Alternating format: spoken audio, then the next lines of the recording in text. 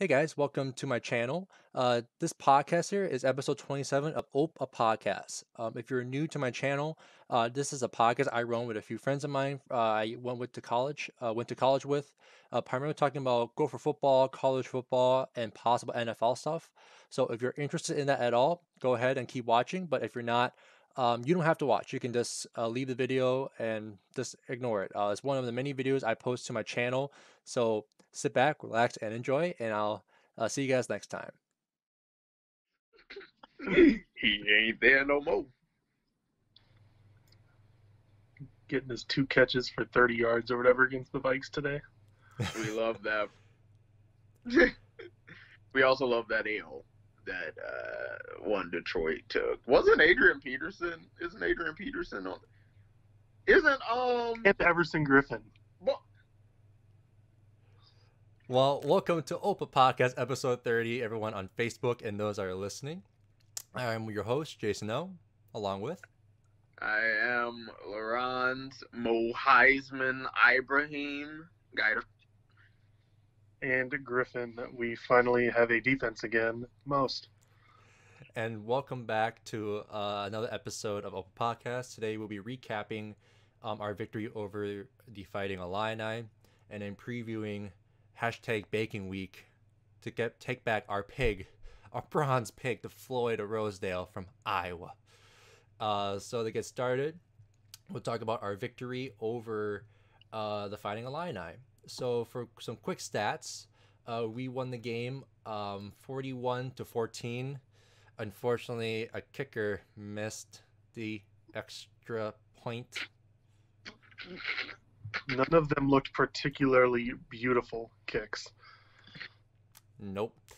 To go from there, Tanner Morgan, our quarterback, was 17 for 27, roughly about 56% of his passes completed, 216 yards, one touchdown to one interception.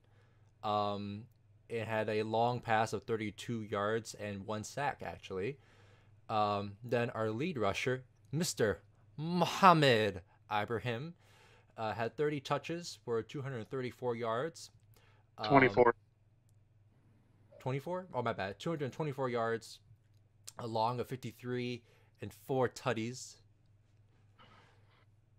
And then behind him in our backfield here, Can Wiley had 9 carries for 57 yards, longest of 17. Then Trey Potts, before leaving the field with injury, had 3 carries for 49 yards with 1 touchdown. Deservedly so, as Griffin would say last night.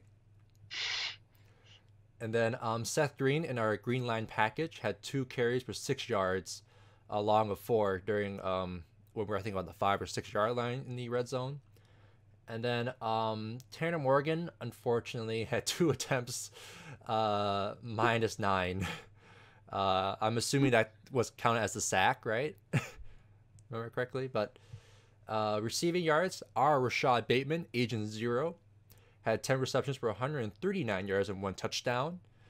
Mohamed Ibrahim had 2 receptions for 31 yards. One of them was Tanner trying not to die in that pocket, and did like a little boop pass over Johnny Manziel of him. Yep, to Mo, who had a 22-yard yak, pretty much, which works. And then surprising name I wasn't planning to see yesterday was Clay Geary, number 18, I believe, had 1 reception for 18 yards, and I was worried. He took a big hit at the end there. Like, I heard pads. I usually hear that from Mo when he runs over someone, but hope he's okay. But solid catch. He made the first down. Then give him more touch. I want this guy to get more touches. Daniel Jackson was 2 for 16, long for 11. And then behind it, Bryce Witham, our tight end, was 1 for 7, and Crab was 1 for 5. And then defensively, they ate all night. Was it Boye Mafe had a forced fumble from the looks of it, and then who had the sack? Yeah, Boye Mafe, Asezi, and D'Angelo Carter. D'Angelo about to be good. This dude is large. He's scary. And then I know Wyatt was very adamant about this special group. So our special teams. We only had 2 punts the entire game. The first punt, our first 3 and out was with Tanner actually. So they went out on 4th and 6, looking like we're going for it. And then Tanner ran back another 5-10 yards and did like a QB pooch punt for 21. And then our Aussie punter had his first ever punt as a Gopher in the U.S. Was 1 punt for 30 yards average, and that's as long as well. But then again, we were on the 45-yard line anyway, so it works out for us anyway. So precision. A competent punter finally. Then Philip Howard and Mo had some punt and kick returns throughout the game. Kickoff, I believe freshman Dragon Keswick was our kickoff specialist. So it wasn't Grant Ryerson or Brock Walker or Michael Lance. But this guy booted those balls pretty good for us. So I'm happy with him. And then Michael Lance, of course, had 6 attempts for extra points and made 5. And that's it for our stats. I'm just happy that we got this game to kind of help. Literally brought us back to the basics of who we are as a football team. I mean, you talk about literally just handing the ball off and having your running back do all the work. There's 541 yards that were had for the Gophers in the game, and almost half of them were Muhammad Ibrahim's. You talk about disciplined football. You have 2 penalties for only 22 yards as opposed to the 12 for 120 that Illinois averaged. I have not, well, not really averaged, but they had. It was just nice. It was relieving.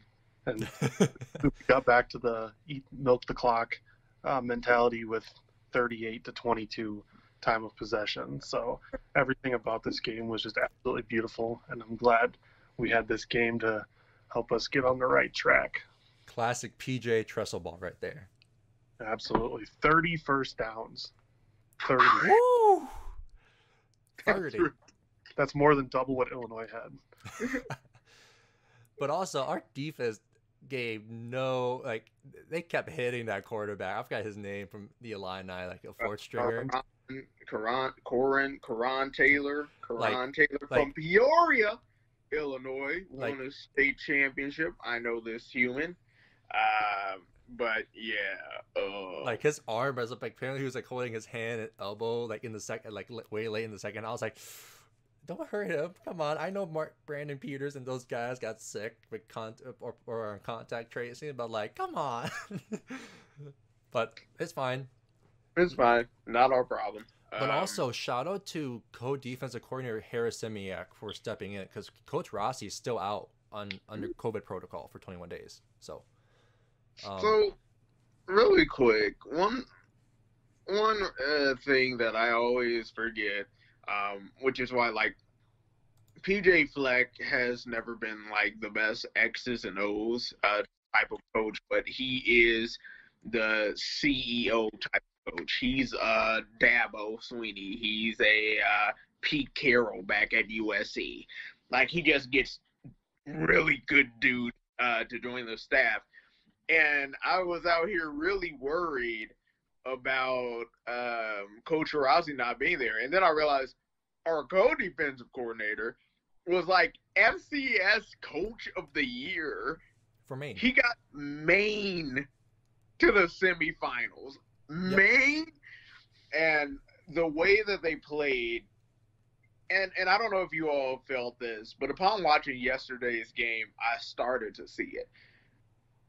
It feels like we were trying to play defense like the 2019 version of us without the 2019 players.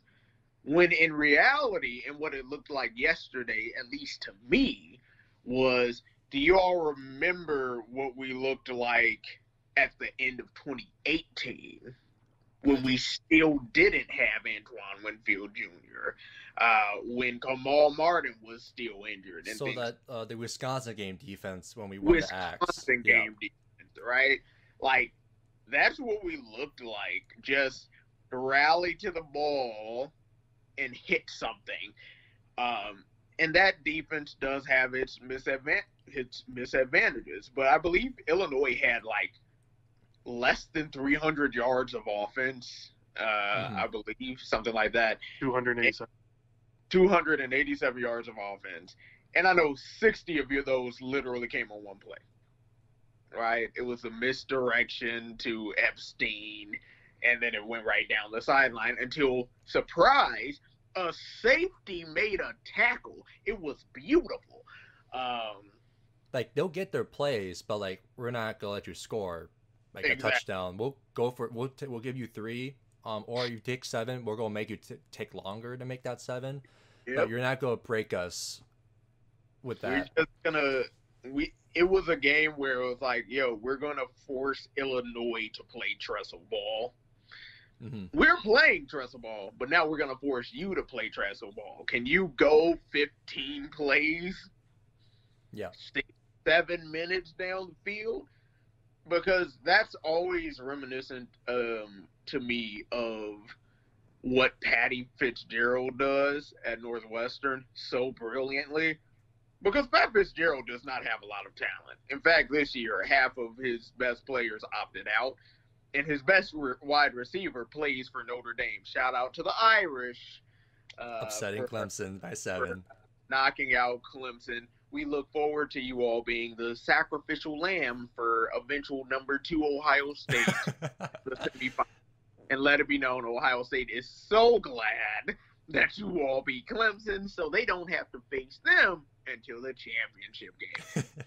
I go back, but Ben Skoranek is on Notre Dame's team, right?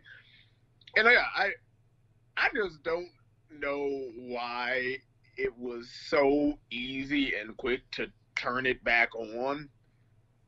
Because all of a sudden, like, even though it didn't look the same, that was basically last year's defensive output based off of what Illinois did against us. Yeah. Yep. Like last year, wasn't it like 42-17 or something like that? But also, the Illini's team overall on defense and offense, they were heavily penalized. They got 11 penalties for 115 yards. Like, one of them too was, I think, was a targeting call technically on Mo at the end of the play. So like it was, and like I was like, Lovey, you gotta. I love you, Lovey. Like when we don't play against you, but like, come on, you gotta discipline your team better. And Griffin was like harking off on the Snapchat group last night. I'm like, what the hell? Like, I think for us, we only had maybe like half of them or a third of those number of penalties that Lovey's team had. Because that's PJ ball. Like, PJ is like, no, we are not shooting ourselves in the foot with penalties. And then, I mean, since PJ first got here, I believe this is still true. Since PJ first got here, we're the least penalized team in college football. Yeah. The dude's literally just like, there are just certain things that teams do to beat themselves. We ain't gonna be that team, right? And who is ironically right there with us in least penalized? North frickin' Western. I wonder why that works, right? Like, as much as people hark on like PJ Fleck's zany personality, like I know yesterday in his press conference he explained that, what did he read? Everybody poops. Everybody poops. And we were just like, who's coaches? But the discipline that he instills in his team, it's really something that pays off, right? And Lovie Smith's secondary, Lovie Smith's team, right? The one thing I always give their secondary, especially in linebackers, is the fact that they will hit you. Yep. We saw that earlier when Jake Hansen first hit Muhammad Ibrahim and stripped that ball right out. Like, they'll hit you. But as the game went on and it was very clear that our offensive line was playing pissed off, what were they going to do? Mm-hmm. But despite all that, you know, I like what we saw yesterday. Like, this is the team that we were supposed to show up on Michigan first game of the season, but I think we just did too much of what we were supposed to be possibly. But like you said, your best too, Laurent's, like, our defense was trying to play the 2019 form of defense without that personnel, because like our personnel that we have this season is not the same from. No. They try to put Tyler Newman on an island, a la Antoine Winfield Jr., and realize 1-2 plays in that he is not Antoine Winfield Jr. That would work for Antoine, but not for us. Shoot, he might be bigger than Antoine. He might be stronger than Antoine, but he ain't Antoine. He doesn't have the hawk-like abilities like Antoine. Nope. But looking at the game yesterday, there were some few moments that I really loved. The Rashad Bateman stiff arm on that defender. Even though it's only like a 3 to 4 yard gain, he just hella stiffed arm that Illini defender. When we scored that touchdown, like the one where the Resses let us tussle it out, like push Mo into it. Steven, Tanner Morgan, Rashad Bateman, and Chris Opmel just all run in like with their little skinny cells trying to push the pile in. Let's see. Mark Crawford having a decent punt. I was like, oh Lord. Yeah, I think overall we had to be happy with what we saw yesterday. Like, that's the DNA of this team. But I know Griffin and I last night after the game, we talked a little bit more that there's still some things we can improve upon, because I think Griffin, we talked about, I think it was primarily on defense, right? That we saw like there could be better things that our guys can do. You want to take that away? Well, I mean, I look at our defense and I think some of them aren't confident enough to make their plays, so they just give up the little plays just to and then just make the plays on the back end when they're not confident enough on the front ends. I mean, you look at the touchdown to Amader Bebe.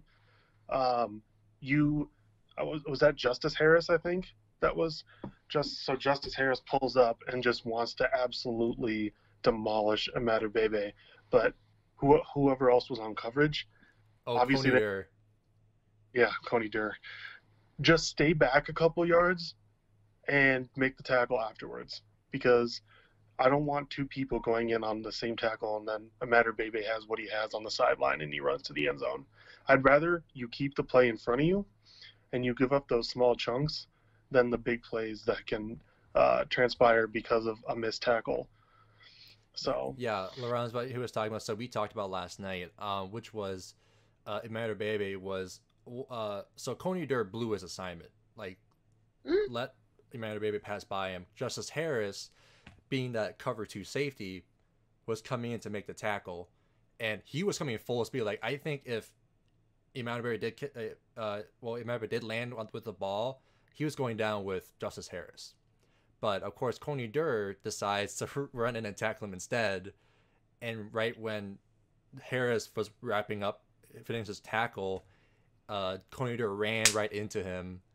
And then Amader Bebe was off to the races with no one to catch up to him. So it was like plays like that. And there's also plays even on the D-line, because I remember I harked on it last week, was like, you know, say some of our D tackles or D ends would like shed their blocks and like have to, that's what at that time a QB would break contain, and they try to go after him, and then they get tripped over their own linemen because, you know, they get pushed to the ground, like manhandled. And I saw improvement of that, you know. Boye Mafe, Asezi, D'Angelo Carter was being a monster in that D-line. Rashad Cheney finally got to play, and I was like, this is the reason why we recruit him. He's a 4-star recruit for a reason, and like he's producing. MJ Anderson, same thing. Yeah. Did y'all know that Boye Mafe is leading the Big Ten in sacks right now? What? I did not see that. What? 3.5. He's leading the Big Ten in sacks, and frankly, he should have about 6 of them. Because if you go back and rewatch the Maryland game, which I did with copious amounts of totally legal beverages, the amount of times that Boye Mafe destroyed whatever tackle had the audacity to try to protect Talia, and Talia did the exact same move over and over and over and escaped, except that one time where it ended up being like a 20-yard loss because Boye was like, not this time. Like, Boye very much so could have 5 sacks right now, but he doesn't because keeping contained. It's a thing. Yesterday showed a lot more improvement by it. I don't know why they didn't decide to chip Boye because the entire D-line was in the backfield every other play. Mm-hmm. Like, I thought that Lovie Smith should start charging D'Angelo Carter rent. It was just here being a tenant in the backfield. I was so disrespectful. But yeah, no, I can definitely see it. And the one play that I was thinking about when you're talking about like defensive improvement was when Mariano Sori-Mirin was hustling down the field. No. Oh. When the dropped interception with the hand one. Dang it. St. Juice had the exact same play and he dropped it. What is it this year where we should also have about 3-4 interceptions? You know who I thought of when Mariano dropped that? I had Chris Tucker in my head being like, damn! It was right there. I was like, don't drop that. Don't. But no, like the specific play where I was like, last year, if you put Kamal Martin or you put, say, a Blake Cashman, do you remember the goal line and it was like 3rd and goal and they handed the ball off to Epstein and Mariano played it brilliantly, smacked him in the hole and didn't wrap up and the dude just spun off for a touchdown. Like, it's plays like that where I'm like, last year that you put Kamal Martin in that hole. He down at the line of scrimmage. Not if he down, he probably loses the ball. On that touchdown, wasn't Justice Harris coming from the safety position to blitz? That is correct, yes. Mm-hmm. And I thought he wrapped him up, or at least tried to. But I just think like plays like that because he hit him, but he did not wrap him up. Like, it was the play that he made is a play that so many foolish souls try to make on Muhammad Ibrahim, where we're like, we're going to hit him. And first of all, he's going to hit you. Second of all, whatever you do, you're not going to get him down the first time. Sorry. Not with one person, you're not. And that's what happened. They didn't try to wrap up. And that was upsetting. Even though I do think, as a whole, the linebackers played so much better. Yeah. But really, the story of the game was that front four, nasty. I would love to see Boye kind of mixed in as a disguised linebacker. And because this dude's speed, I mean, this dude's 6'4", like 260. Like, he's got speed when you see him running after somebody. He can keep up with most people. If you disguise him and you shoot him in the A gap or B gap, and they think he's dropping back in coverage, any offensive line might have a problem. Maybe not Wisconsin's, but every other line might have a problem. Well, I mean, I saw Wisconsin having a lot of problems with Jake Hansen. That's all I'm saying. But, like, well, yeah, I saw him a few times even in the Maryland game. That is so depressing. But it's not that depressing considering that Maryland just walked into Happy Valley and dragged Penn State up and down the field. But do you think Kirk Shiraka's offense in Penn State fits what James was maybe looking for? Does Penn State have two generational wide receivers at the same time, along with not one but two offensive linemen, along with an offensive line that's larger than most NFL offensive lines? Does he have that? He does not. Thank you. They have a Pratt Firemuth and a Jahan Dotson. That's it. That he is trying to play Sean Clifford. Like Tanner Morgan. Clifford is Tanner Morgan. And Sean Clifford is not Tanner Morgan. Sean Clifford is a fullback that is attempting to... Sean Clifford is Seth Green. Minus the catching ability. Minus the Wildcat. Well, I thought... He is a Wildcat. Because I thought him more like on the stature of Trace McSorley, but I forget Trace McSorley is a scrawnier, skinnier dude, like very agile than Sean Clifford. Not only that, but what was Trace McSorley's thing? I'm going to throw the ball really, really, really, really far that way, and then the home run thing. Like, that was Trace McSorley's thing. Sean Clifford ain't about that. He completed like 40% against Maryland.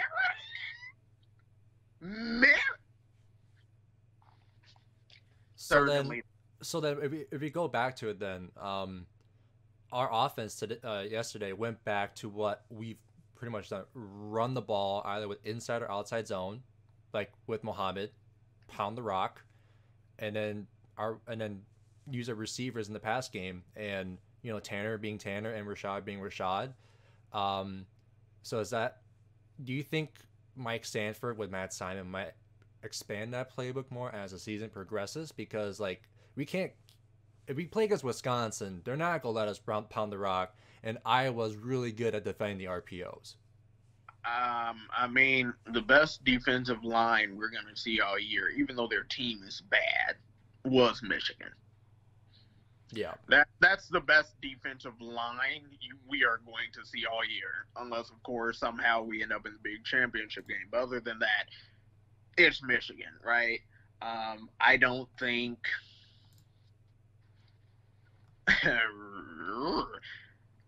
I think this offensive line, if you are not going to stack the box with 8-9 dudes, I think this offensive line and Mo can run on anybody. Anybody. Mind you, Illinois has been bad, but they've been pretty good against the run. Wisconsin had issues against the run. Purdue didn't, but they were air raiding the whole time, and their running back averaged 4 yards a carry, which is fine.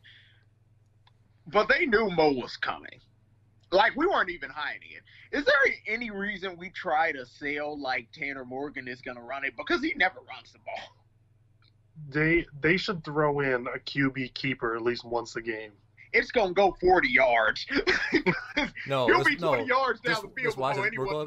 Let's watch tomorrow and this Friday in the Iowa game. Tanner will be at the 50-yard line.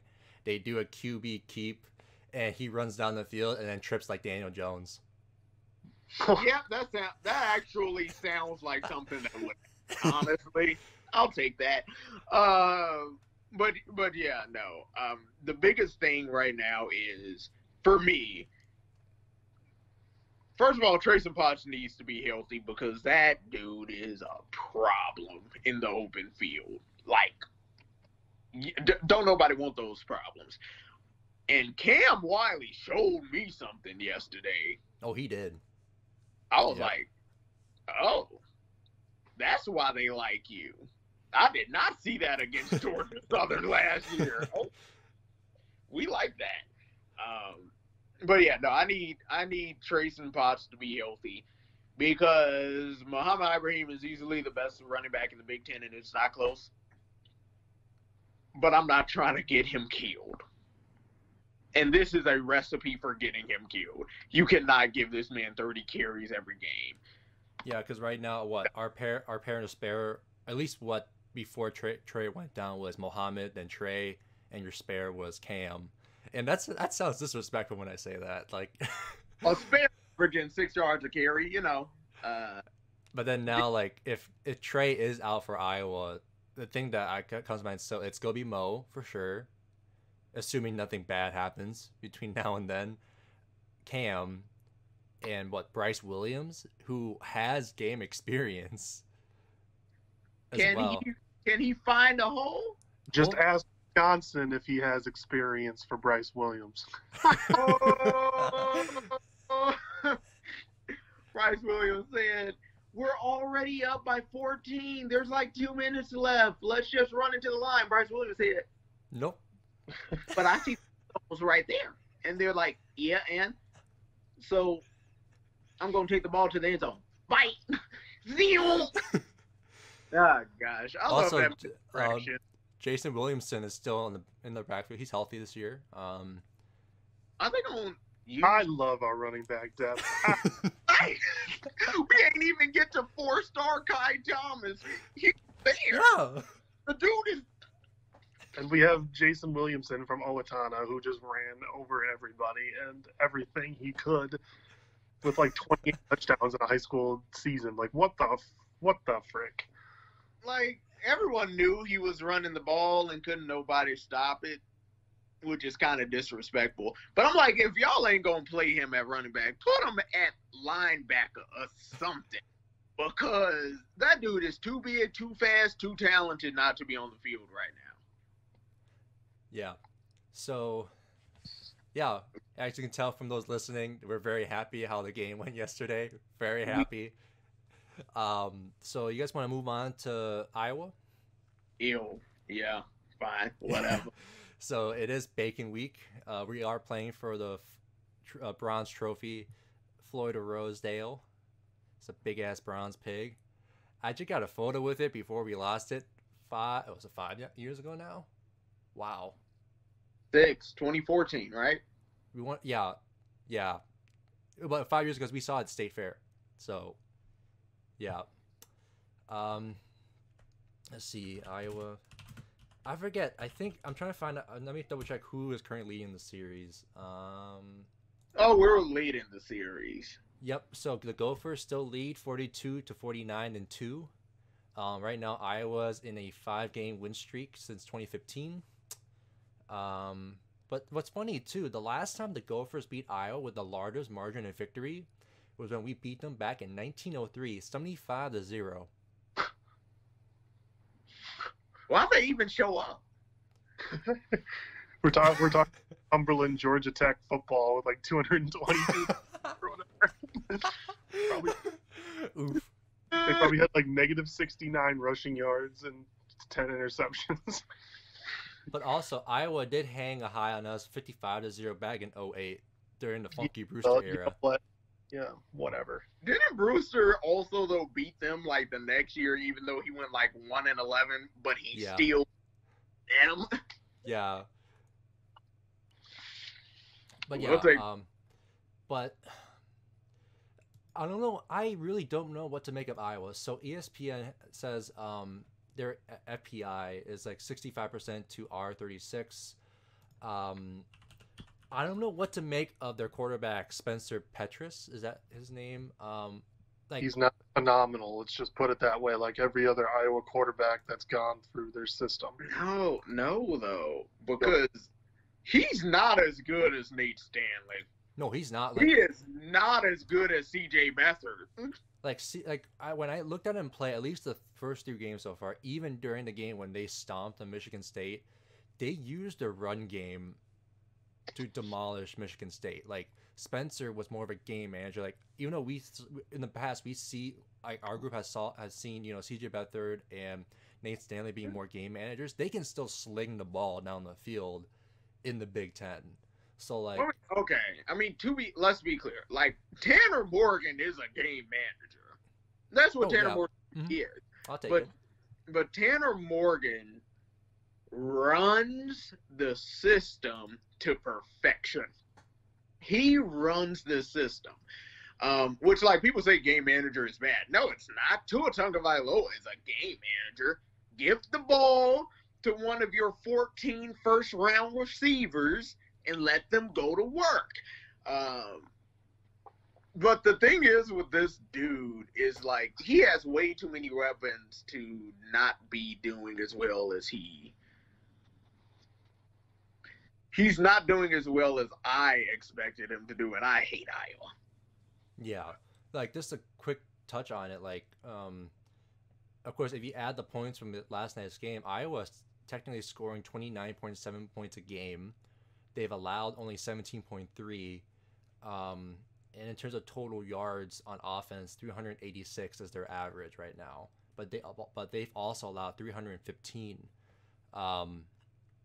So the thing that worries me, like, this is usually whenever. So this is during.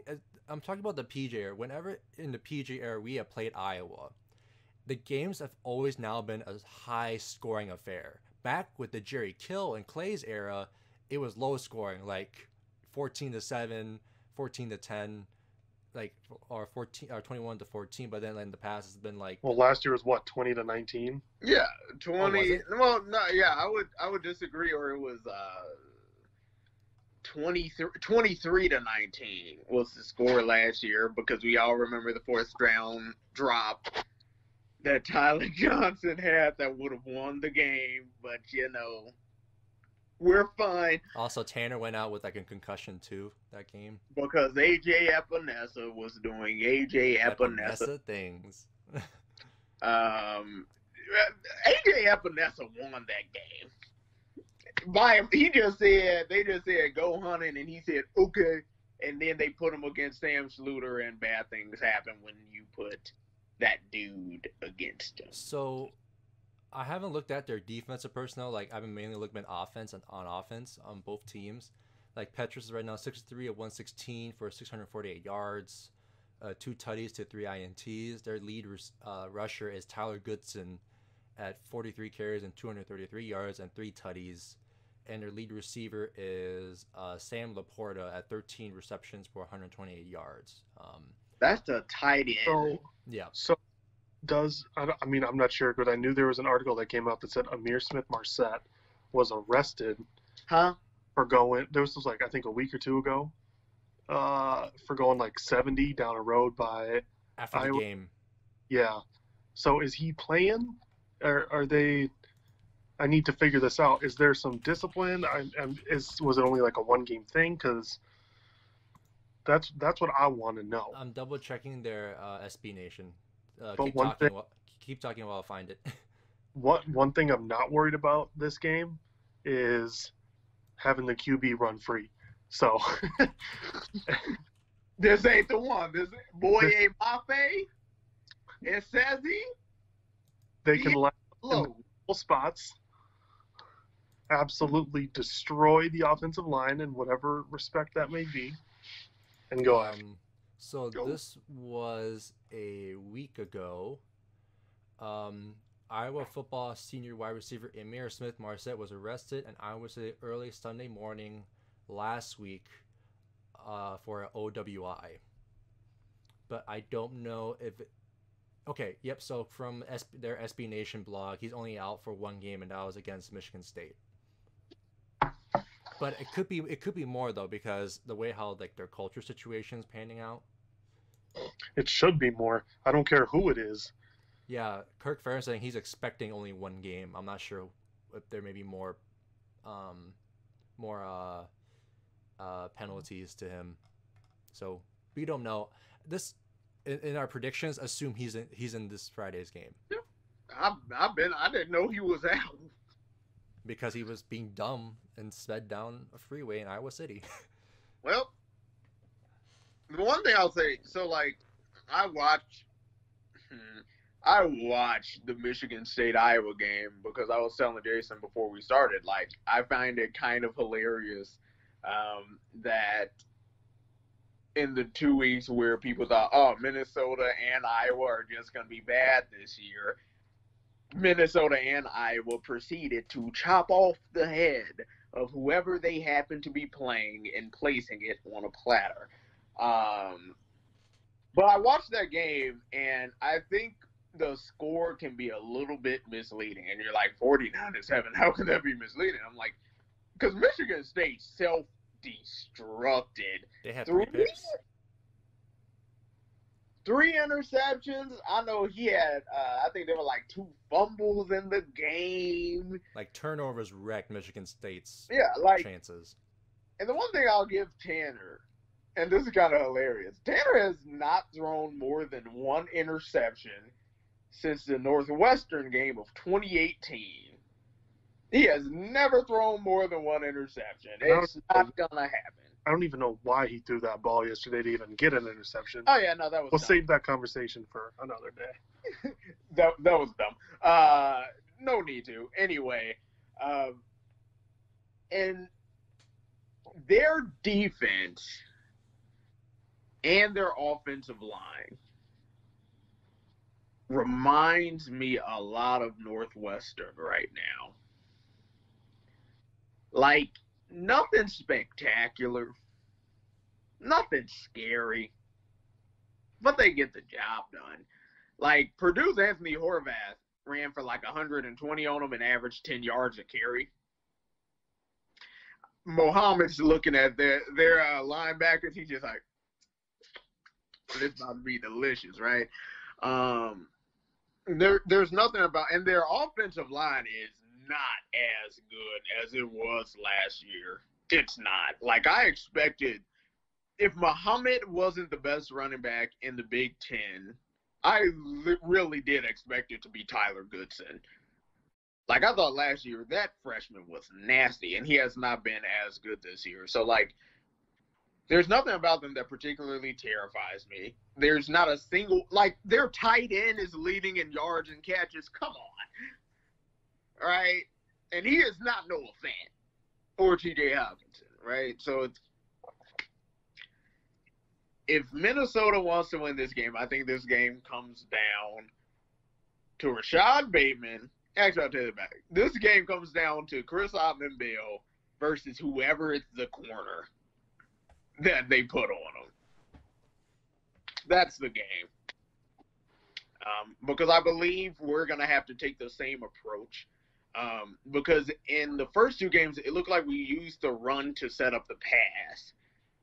And yesterday, we used the pass to set up the run. Mm-hmm. And I think we got to do that again. So, yeah, that's me on Iowa. So, like, that's your key to the game is whoever is our second or third receiver. Oh, no, that ain't my key to the game. That's just my opening impression of them. Okay. But keys to the game? Keys to the game, have our defensive line hit Spencer Petras with everything that, well, like, I'm talking Duke McGee caliber. I'm talking, well, not like bodily injury, but. Okay. I was like, why are you trying to send Duke out? Or some Tayon Devers against Colorado State where he blows their helmet off. I think that you hit Spencer. The only thing he can do on a 3rd and 19 is dump it off to Mickey Sargent or Tyler Goodson in the flats, and we just get tackle in games, and that's the drive. When they punt it, or then they punt it and we get it back with a short field. Spencer Petras legally, the end. I was going to say the exact same. I'm like, this is a game that Boye Mafe and Assezi have been waiting for. A dude who's just going to stand it. Ooh. Oh. Now that they have help from Rashad Cheney. And they got help from Rashad and D'Angelo going right up the.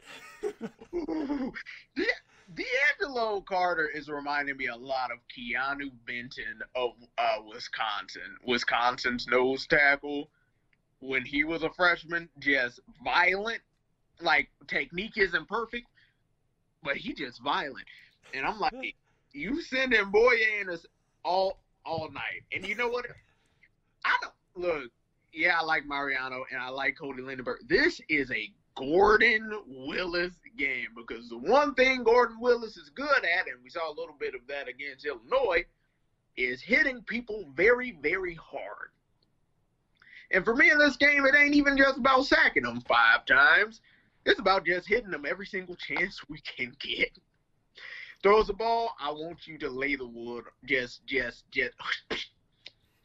Every time you even think about it, I don't care if it's a handoff and you get to the backfield. Hit him. Hit the running back, but hit him. Or hit the running back and just give him a push. Make him uncomfortable. Make him. I want him to be afraid, to know that something's coming. And then what do I want to do? Drop back. And I want to do exactly what Griffin recommended. Put Boye Mafe at linebacker just to mess with him. Ooh, imagine this if they put so they put Boye at, like, say, a NASCAR package on the linebacker position, but it said on the other, like, so where he usually is on edge, put D'Angelo Carter and to put Michael Treadway instead, and just like, have him violently push through that left side of that, or the right side of that offensive line. I want Spencer Petras to be a deer in the headlights, and I absolutely crap his pants every time he sees they split the gap and come right for the Just like, every time it's just be like, very afraid. We're talking a Michigan State defense. He only put up 167 yards on Michigan State. Ours is at least a little better than that. Like, he's gonna die. Like we don't have to do anything fancy on defense, but I want to disguise every look we can. Boye Mafe at linebacker, Cody Lindenberg on the line. I don't care what it is. Show 6, drop back 2. With mind. It will work. Only way. What if they like freaking empty? We show 6 dudes. We only send 2 of them, and Boye Mafe is literally just standing right in the center of the field, just looking at them.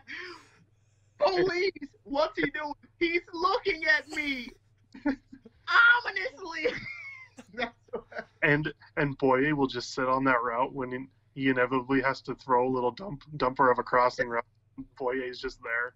And Tyler Boye picks up the big man interception or fumble, or D'Angelo Carter, or anyone on that D line, please. Mark my words. One of the scores in this game will be a scoop and score.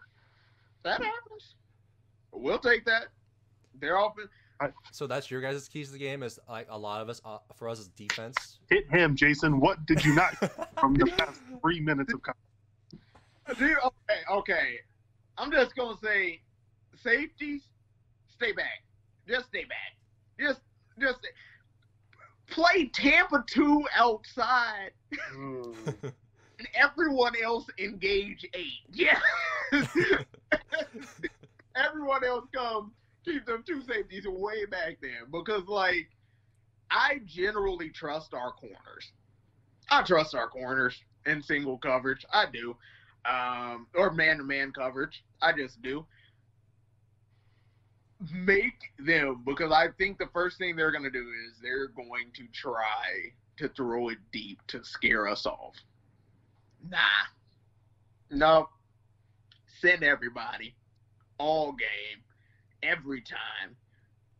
And then on offense, I don't know, throw the ball to a shot. I think, I like your takes for defense. Just hit Spencer. Hit him. But also, don't make us scared. Like, the reason that I'm concerned, the thing that I was concerned from last year is, so like, we gave them 21 points in the first quarter last year. Was it 21 or 20? Because they only had 23 points. 20, because they missed the extra point. There we go. A botch snap. And, our defense did step up, but they were like you said it, like they'll try to do things to make us buzzed essentially for a bit, or like a deer in the headlights for a brief moment, which they did. And of course, in the second half, we locked down Nate Stanley. I forget. He's with the Vikings on the practice squad. I don't know why I keep blinking on his name. Nate Stanley and that receiving and run game. But then there's just like those little mistakes on our team. Remember when PJ ran onto the field and like got into almost a tussle with an Iowa defender? That costed us that penalty. Would have won the game. Like, Yeah. yes, Johnson dropped it, but then it was like a late hit, and PJ had a run on the field because we all thought that Tyler was dead. Yeah. I'm like, PJ, stop, please. He needs somebody to just hold him back. Just hold him. Like what's the QB, like what the coach caddy or whatever. Coach belt, just grab him by the belt, hold him. But yeah. But no, like we thought that Nate Stanley. We thought that if we had single coverage, he was going to destroy us. He didn't. We played too much zone, and he just said, "Oh, okay, you're not gonna say." Really the second half, because we pulled a Bill Belichick against Atlanta. Second half, we just had blitz all night, and he got hit all night. So I'm trying to do that now until Spencer, whatever his last name is, can prove that he can beat us down the field. Not this little dump off stuff. Down the field. 30, 40 yards. Until he proves that, go hunting. Yeah. For me on offense, I think stick to what we've been doing so far. Mohammed in the run game being Mohammed, with hopefully, fingers crossed, a healthy Trey Potts, but it didn't look good. He was in a boot at the end of yesterday. Or with Cam Wiley, and Rashad being Rashad and Crab being Crab. But I said this a lot at the end of yesterday to Griffin. I want more Daniel Jackson. I just enjoyed seeing him catch balls yesterday, and he was open for a few. So I think my issue is my hope for Tanner this year was that if he was going to step up, he would actually do more in his progressions. But like he I feel like he regressed a little by like, okay, if Rashad's open, I'm going to throw it to him. If he's not, I'm handing it off to Mo, or I'm trying to find my other second or third receiver. But he's not making the right, sequential reads. He doesn't trust this O-line. Yeah. He doesn't. Last year, there were points where he was literally going to die. Like, I remember that first touchdown to Rashad against Penn State. If that was this year, nah. That was not... Because Tanner was like, I will stare down a steaming locomotive if it means I'm going to throw the touchdown. That was Tanner's whole thing last year. And this year, he's seeing ghosts. He's seeing things that aren't there. Like, why the heck, and I think Griffin was going to get into it, what was the purpose of that one interception he threw to Rashad? For what? Why? If he were going to come down with it, it was still a bad play. Yeah. So, like, that's my hope for this offense, is that we expand our playmakers, but also don't do dumb stuff on the field, pretty much. Talk about playmakers. I know Mo isn't traditionally your catching and running type back, but he can do both. Yeah. So, like, as much as I'd love for you to see Daniel Jackson make his plays, think about if the first play of the game was a designed, like, screen to Mo, go route, stump it in the flat. Who cares? I was not going to look for that at all. Use your best players in non-traditional ways. That's what the what was it? The toss plays they did to Bateman. That was good. I mean, they tried that last year with Tyler Johnson, but Tyler Johnson isn't fast. So they're good, but they're also predictable when you see Agent Zero running right behind the line when the ball snapped. Like, your eyes are going to be fixated on one person, and that's Rashad Bateman. But I What mean, you do? Pull a double move with Chris Bale or Daniel Jackson in that exact situation. yeah. Also, we haven't seen a flea flicker yet, have we? Well, why not? If Also, Bo has the ball, I trust him, and I don't want him throwing it. can we use our tight ends? Like, I just only Bryce Witham had something, and then also Bremen Spanford, like Brevin almost had his touchdown. He could have caught that. I'm off of the Brevin Spanford. We're off the I'm off the train at this point. I'm on the Cole Keith and Bryce Witham train. He's the third best tight end so far. Hey, if Cole Keith is healthy for this Friday, I think he's gonna be the tight end that's going to score again, because like he did a pretty good job against early part of Michigan. Because I'm just gonna say it. This is the most important game of the year. Yes, I know every week is the most important game of the year. Yeah, blah blah blah. Coach speak. But this is really, to me, this is the most important game of the year, because you can get Iowa right now. You have the team that can get them. Mm-hmm. Yep. You should have got them last year. But this is the team, and this is the rivalry that you are most likely to win. Like, I don't care how much COVID Wisconsin has. Am I going to bet on us to beat them in Madison? No. And Nebraska isn't a real trophy yet. And so, yeah, no, this is the most important game of the year, and both of these teams still have the capability of winning the West, because Purdue and Northwestern have to go here. But Wisconsin and Nebraska have to go to Iowa City. So whoever wins this game has the shot. For the West. Whoever loses, dilly into the pit of misery. So score predictions then for this game?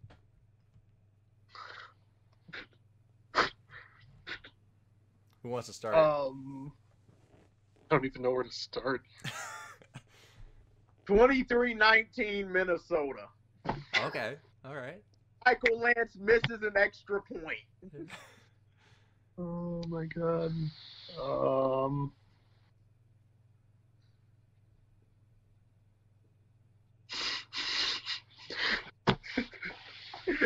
You know it's going to be a rock fight either way. You're right. Oh man, Jason, if you got something in mind, you go, because I have no idea. So, whenever I predict us winning, we get our asses whooped. So I'm gonna say we lose 23-24 to a Michael Lance missed extra point, or Brock Walker missed extra point. No, stop it, please. But they do make their field goal because usually, yeah, if I think about it, 3 touchdowns, so that's 21 plus 3 is 20. Yeah, so they will make a field goal, but we will miss the extra point. But the reason I'm saying that is because whenever I say we would win against Iowa, we lost and I'm in 0-3 years straight, so I'm gonna change it up. That's just me. So yeah, we lose 23-24. But that could be wrong. Everything that we talked about on defense, I know Iowa and probably Iowa fans or something, or their coaching staff are saying the exact same thing about. They're saying he is not the dude he was last year. Go hunting. Go. Yeah, I don't care if Mo gets the ball, even though, game tackle, cool, he's going to get his 5 yards a carry, whatever. Go get dinner. That's exactly what I would say if I'm Iowa. Just go get them. Yep. So it'll be a rock fight. So I'm saying 23-24, lose by a heartbreaking extra point. 25, because there's going to be a safety in there.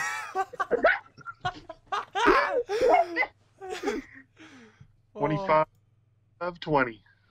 Gophers. 25-20. Oh, wow. Okay. Hunting in the end zone, fellas. Dude, let's go. Let's go. I love that. I love that, man. And just, oh, God. Hot takes. Can we do hot takes now? Yep, let's do it. Let's do it.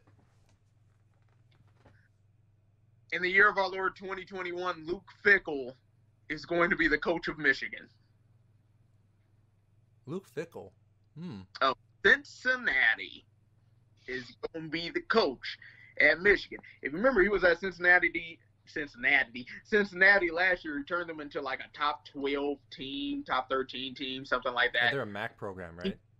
He got offered the job at Florida State, and he said no. Because he knows what's best for him. He's not going to deal with that mess. But Michigan? That thing open up? Luke Fickell, Cincinnati, to Michigan, 2021. And I say that very hopefully because I don't want Michigan to come after PJ. True.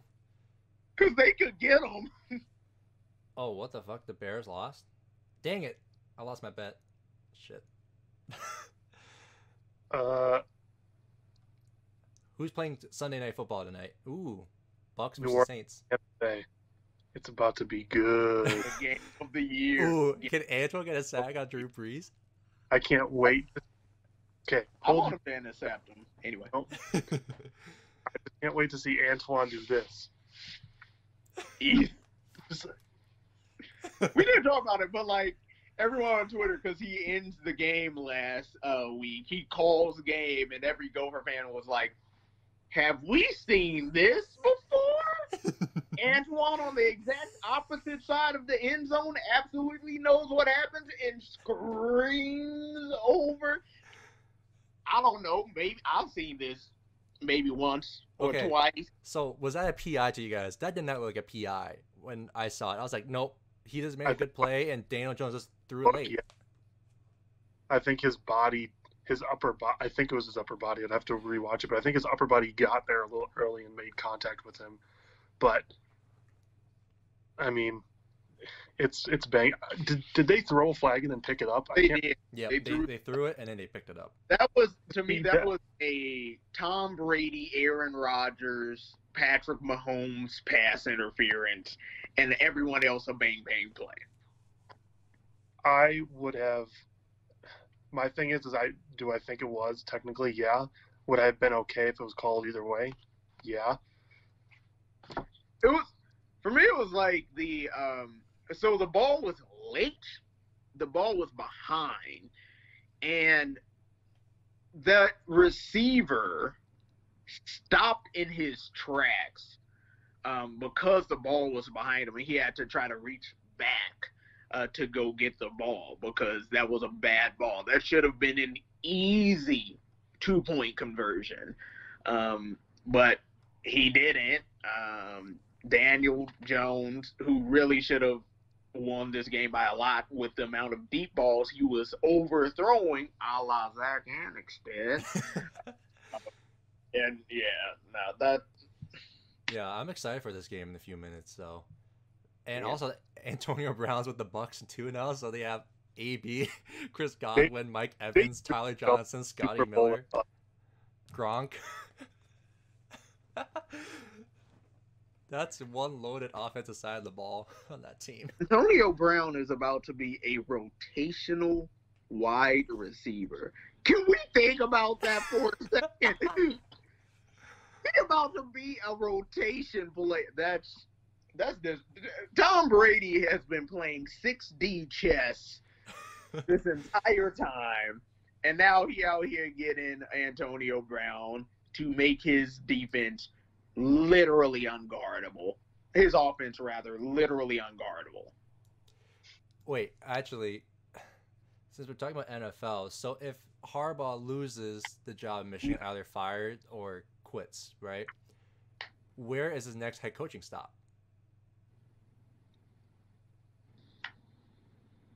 Jaguars? Would he go to the Jags, though? Where else is he gonna go? I was because the Jets is a possible stuff because Adam Gase ain't staying long. Um, You think you want to rebuild that mess? Okay, I'm gonna say it, and it's a joke. Ohio State, because if you can't beat them, join them. Homie. He's gonna go in as Ohio State's quarterback's coach. Did y'all know that Justin Fields has thrown more touchdown passes than incompletions so far this year? Yeah. Did you know that in an abbreviated season, Muhammad is already more than halfway to the Gophers rushing record? Ooh, what about Harbaugh First- to the Texans? Because they did fire Billy O'Brien. Oh, you might be on to something right there. Because here's the thing. So Belichick isn't losing his job in New England. Jets, I don't know. He wants to rebuild that, like you said. Packers is good with LaFleur. 49ers probably good with Shanahan. And also, they don't want him back. Bucks is good with Arians. Saints will stick with, even though I hate him with a passion, Sean Payton. It's the face. Yeah. It's so possible. Cardinals is going to keep Kingsbury. And also, you see his house during the draft? Like, 4D chess. What's it? Dolphins, what's his name? Flores is good. Flores. He's doing a good job. I don't think Harbaugh wants to go to the Cowboys, even if they get rid of Mark McCarthy after a season, because I don't think Harbaugh wants to be controlled by Jerry Jones. Steelers are still good with Tomlin. Chargers, I think they're fine with Anthony Lynn. Raiders have Gruden. Jaguars could be a potential spot. Texans is a really good spot because you get Deshaun Watson, a decent defense. Washington already has Ron Rivera. Giants is to start out with Joe Judge, and they've been improving every game, even though their record doesn't show it. Vikings, even I have a feeling they go keep Mike Zimmer, even though I kind of want him out. Like, his message is stale at this point. Lions, stay in Michigan. But I'm not sure if he wants to go in dysfunction there in Detroit. Carolina is good. Chiefs is okay. Colts are okay. Ravens are okay. Titans are okay. I don't know about the Bears unless you want him, Laurens. Bills, McDermott's good. Carroll's good in Seattle. Ooh, maybe Falcons job. And then Broncos. But wait, hold up. Who's gonna get like the number 3 pick? Because somebody gonna get Justin Fields. Because I feel like so many people have talked themselves into Trevor Lawrence that they are missing the glory that Justin Fields. Jacksonville. Okay, like glory for Ohio State. Honestly, massacre nightmare for anyone he's playing. So, but like, Justin Fields is the best player in the country. If the season ended today, Jacksonville Jags have the 3rd overall pick. Because first, I don't want because that. the first pick is the Jets. Second Yeah, they is the taking Trevor. Giants, and they're not taking a QB because they're knowing David Gettleman. He's not going to be letting go of his QB too early. Yep. 3 is Jacksonville. 4 is Miami. 5 is Dallas. And then number 6, so the teams, I think Atlanta or Houston. Atlanta has a 6 overall pick. And can you imagine? Wait, Dallas has number 5, right? Yeah. Can you imagine if Dallas got Justin Fields? Ooh. But that's assuming the Jags don't take a QB. And the Dolphins are fine with Tua. I don't know. Or I don't know. They're probably going to get the BYU kid. Zach Wilson. This dude. Yeah. I disrespected him. I think we all did. Like, remember, like, hey, you guys laughed at me last year when I said we would lose to BYU because we were supposed to play them this year. And I was like, we wouldn't have lost to BYU. They're a team that got progressively better. Okay. They still can't stop the run, which against our team probably isn't the best thing for you. Yeah, so this is not a hot take, but my take is if Harbaugh leaves Michigan, either fired or he resigns, he's going to Houston. because he's going to work with Deshaun Watson. Last hot take, because I want to leave and go get food before I watch Antoine Winfield Jr. and Tyler Johnson do Antoine Winfield Jr. and Tyler Johnson things. All right, who has the hot take? Go. Maryland. If Maryland gets good, Maryland is the most terrifying team in the Big Ten, not named Ohio State. Why? Go look on 24/7 Sports and look at the number of players in the state of Maryland. Oh. Oh. Young, Maryland. Dwayne Haskins, Maryland. The number 1 player in the country last year who's at Clemson, Maryland. Raheem Jarrett, Maryland. Muhammad Ibrahim.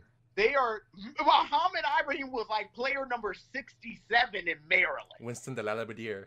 Right? Like, I saw this, it was ridiculous. In 2019, the top 21 players in Maryland were 4 or 5-star players. 21.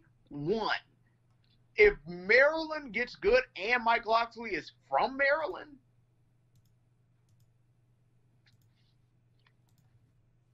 Maryland is the Miami of the North. That's the hot take. Maryland is the Miami of the North because Maryland, that Baltimore area, is literally what South Beach or Southern Florida is to Miami. So will Maryland beat Ohio State this year? Could you imagine if Chase Young played for Maryland and they had Dwayne Haskins throwing the ball and Raheem Jarrett on the side and all their defensive line would have been the best one in the country. So, like, Maryland, if they get good, the entire Big Ten should be terrified. So Maryland beats Ohio State this year? No, Maryland's going to lose by 40. But they might. Shoot, do you think they can't beat Michigan? No, they can beat Michigan. Shoot, I think if we had played yesterday against Michigan, we could have beat Michigan. Like, I think their only loss in the East will be Ohio State. Assuming... Yeah.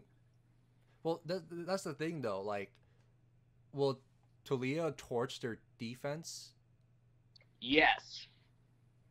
Yes. But then their defense will get torched by Justin Fields. We showed everyone how to beat Michigan. We just didn't do it. Yeah. Throw the ball up. Your wide receiver will catch it. Yep. Mm-hmm. Michigan State did that with a random 3-star freshman from Georgia. And then Maryland, not Maryland, Indiana did it yesterday. Also, Tom Allen is coach of the year, and I will not hear any slander because that is one of my favorite coaches. He is so wholesome. What from Wyatt, his spirits would be like, what did I say about Indiana? Conspiracy theory. Tom Allen is basically PJ Fleck, but add 20 years. Yeah. Same dude. I can see it. It's the same dude. So all right. So we all want to see Sunday Night Football. So thank you for listening to this episode of Opa Podcast. I'm Jason. I'm Lawrence. Bring the pig home, guider.